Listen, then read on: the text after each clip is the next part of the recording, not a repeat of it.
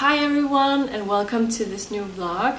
Today I'm going to be talking about economy and the living cost of living in Bali, which I know is something that a lot of people have wondered before coming here. It was a thing that we had no clue about because you just hear that, oh, Asia is so cheap and you can live like a king, but no, it's not really like that. You may live cheaper than like in Europe or the US, but it's still a little bit expensive, especially if you take some bad choices, which we did in the beginning of our stay here in Bali. So that's also why I want to give some tips on what we did to cut down our living costs. So let's jump into it.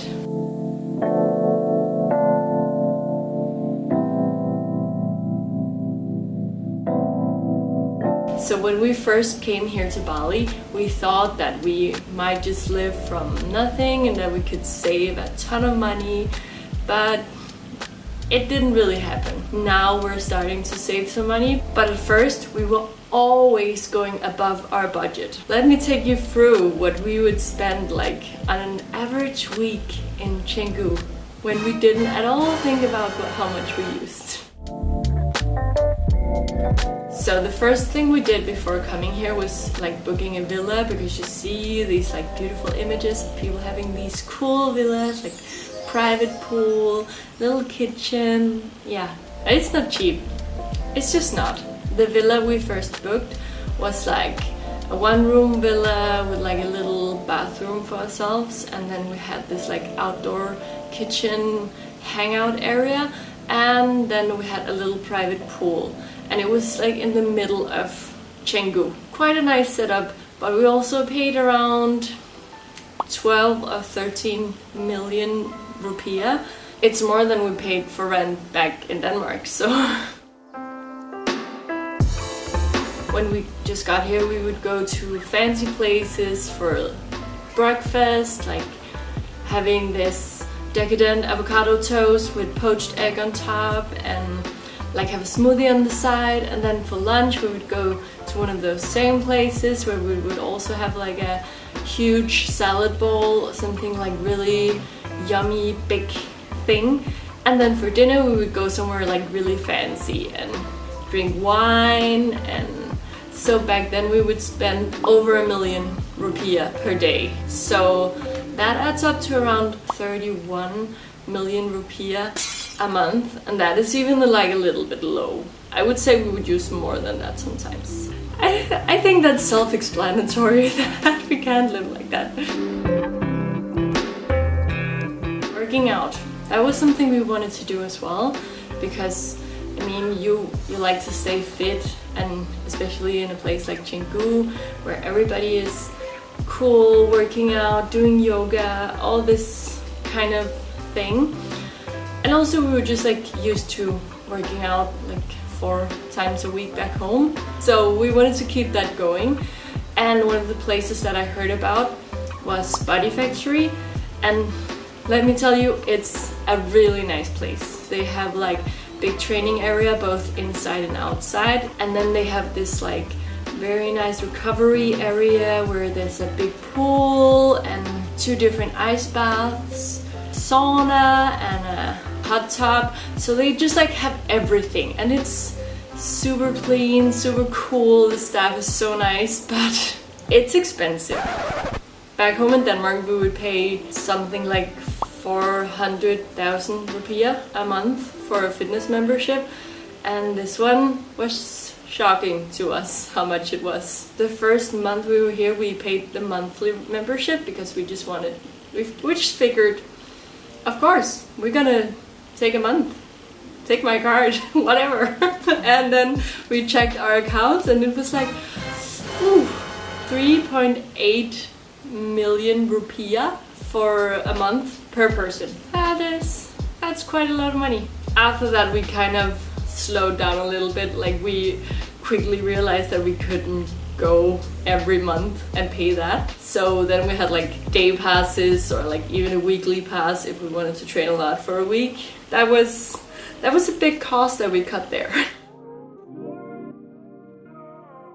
trips, that is something that we actually wanted to prioritize, because I mean, being in Bali and not going on any trips, that would suck. But at first when we booked the trips, then we would book like a driver to get us there, maybe even like a boat if we were going to like Nusa Penida, and then we would book like a really nice and fancy accommodation at the place. So I just took our Nusa Penida trip just for example, and for that trip with transportation, a really nice hotel, which I would totally recommend that hotel, and like trips around the island. We also had a driver driving us around the island, which is also unnecessary. We paid 8,400,000 rupiah. It was worth it. Like, I don't regret it. It's definitely possible to do it way cheaper than that. So I calculated in like a week how much we would roughly use, and it was 29,370,000 rupiah. That's a week. How could we live like that for 2 months? Wow, yeah.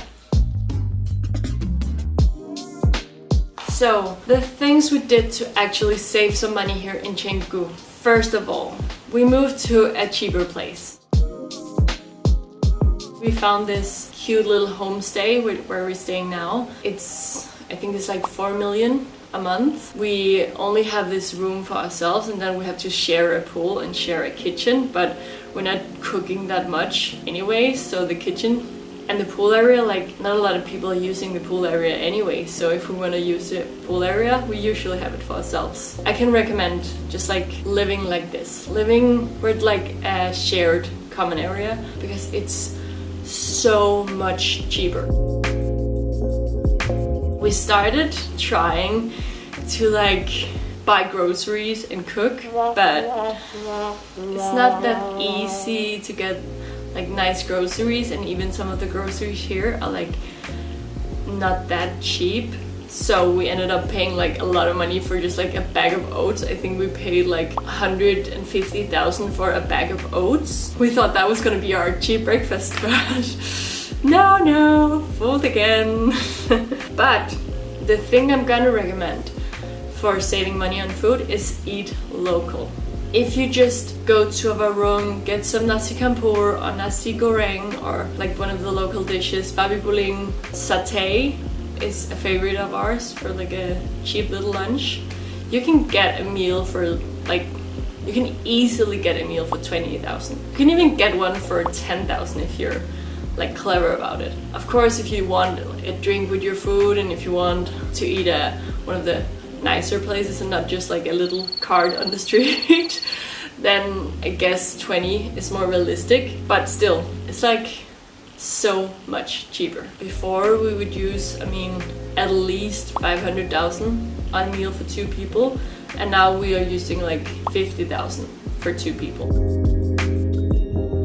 We also started looking into some cheaper gyms, but we haven't actually gotten too much around to that, because as you might have known from my previous videos, is that I got pregnant, so I can't really work out that hardcore anymore. So now I'm instead trying to do some yoga, like we're going sometimes like running in the afternoon, or even like really early in the morning when it's not too hot yet. And Christian has been doing some home exercises. He gets up super early in the morning to like for his work, so before work he just like does half an hour of a little home workout out here in the common areas. And even just like swimming in the pool is a good little workout. Like sometimes I would take like 100 laps in our pool and I mean, because the pool is around 10 meters, then I guess it's 1 kilometer, so that's pretty good, I would say. There's a lot of ways you can get a cheaper exercise than paying for a really expensive gym membership. And I will say, like, sometimes I do treat myself to like a day at Body Factory and go there, like swim in the pool and do the ice bath and the sauna and just like have a nice pampering day. But I mean, it's more like once a month maybe, not like full monthly membership. If you do want to go grocery shopping and cook for yourself, I would say go for like the local options. Instead of pasta, go for rice. Also, don't go for like your local typical things you would buy back home. At first we were like, yeah, we could just do some cold cuts and then some bread. And cold cuts is expensive here. Bread, it's not really expensive, but still like it's not really what the locals eat. Try and eat like a local. Like go to the local market, buy some fresh veggies, like do a little stir fry or something.